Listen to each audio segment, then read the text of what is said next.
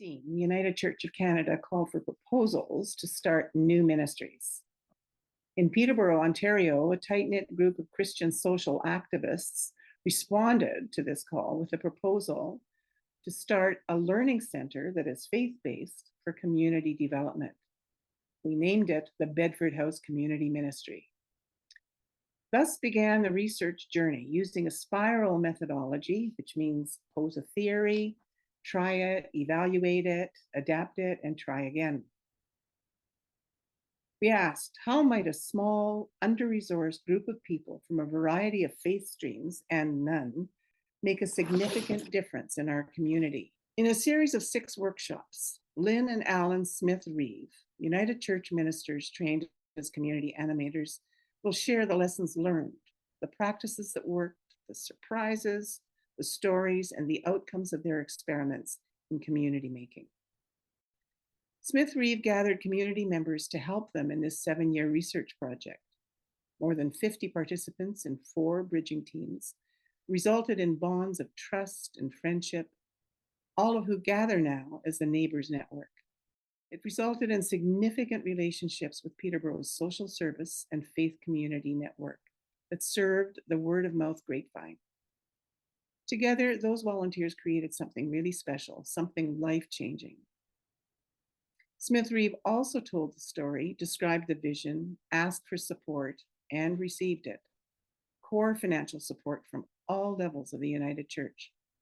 And that support leveraged financial support from foundations and government sources.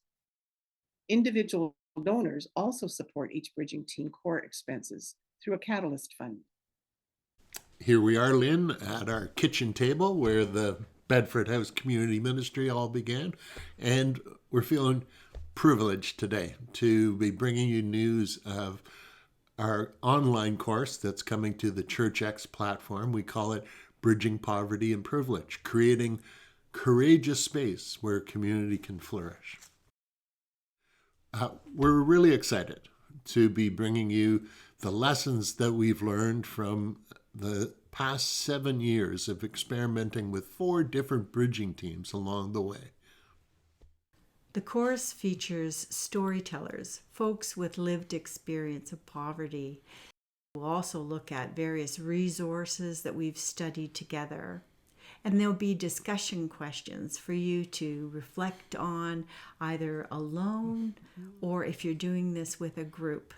We've been blessed along the way to have been sponsored and supported by all 3 levels of the United Church of Canada.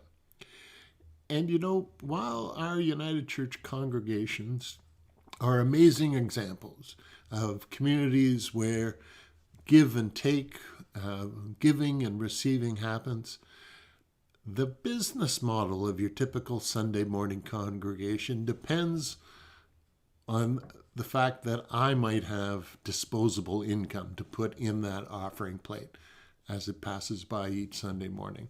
But what if I can't contribute in that way? Do I really feel like I belong? Do I feel like I'm contributing in that Sunday morning church model? Doesn't seem to fit for everyone. Our work is based on the simple observation that like people hang out with like people. Wealthy people hang out with wealthy people. Well-resourced middle-class people tend to socialize with other well-resourced middle-class people. And low-income people or under-resourced people tend to hang out with other under-resourced people. People who are working class, precariously employed, or underemployed. But isn't the good news of the gospel that we all belong at the table?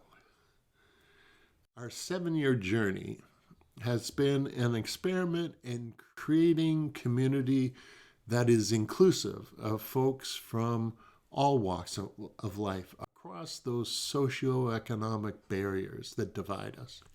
In our Bridging Teams experiment, we've brought together people from different classes and we've studied together what keeps us apart, which often is things like the hidden rules of class.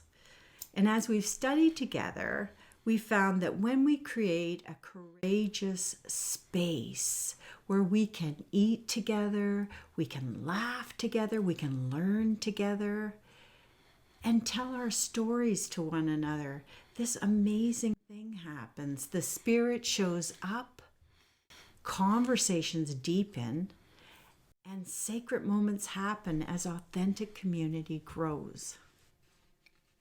So those spaces are carefully crafted with practices of hospitality, dignity, and curiosity that we'll tell you about in the course.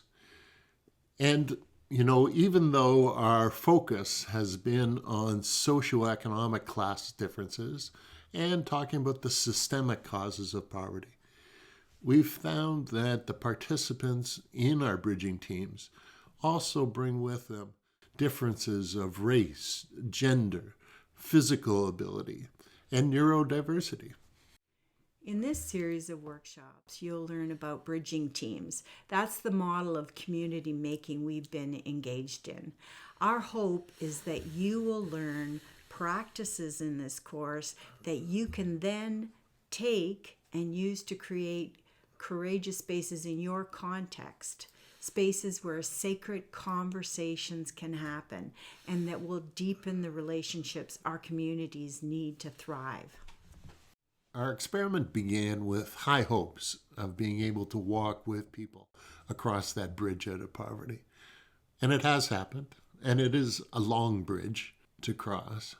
But what we've found over and over again from participants is that the major outcome has been a sense of belonging. And that outcome is perhaps the most Jesus-honoring outcome we might have hoped for. As people eat together, share stories, share laughter, learn together, study together, pull apart their differences, make mistakes, apologize, and begin again, bonds of trust happen. Belonging grows and community flourishes.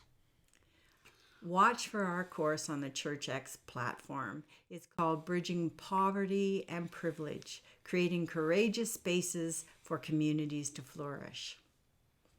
See you there.